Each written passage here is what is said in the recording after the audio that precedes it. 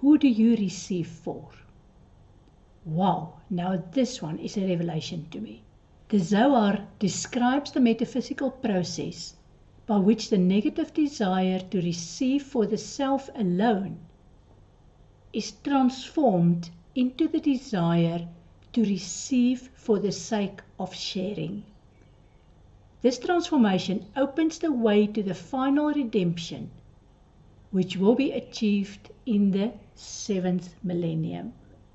Because I work at all sorts of holistic events, I encounter many people who pride themselves in their spiritual lifestyle, which separates them from the mundane world.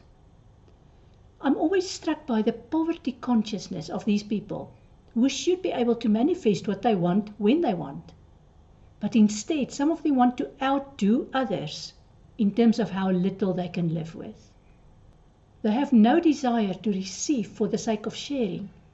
And despite their halos being firmly in place, they still have a long way towards realizing that they are draining others who are expected to support their chosen lifestyle. I'm not rich, but I've always been able to take care of myself and be generous in sharing where I believed that sharing would be helpful. Does it make me judgmental when I share only where sharing would be helpful? I believe that is not the case. There is the law of non-interference.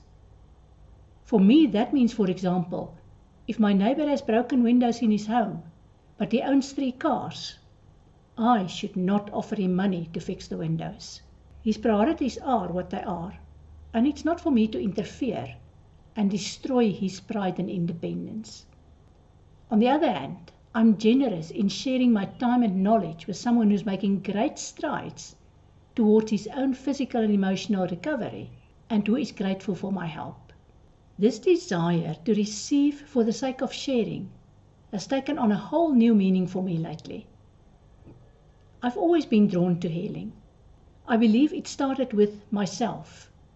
Would you have comfort in receiving healing from someone who is not looking after their physical body? I've had to process and overcome physical issues, which I realized were reflections of emotional issues.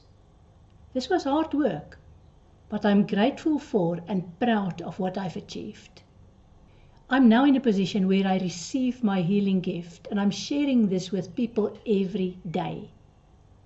I still respect the law of non-interference, and I'm grateful for the stream of people who approach me for healing.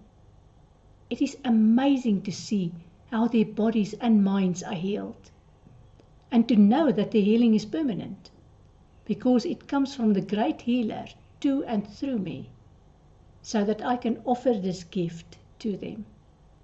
I'm not holier than thou, and I realize that there are times when I give conditionally, based on my own perceptions and judgment.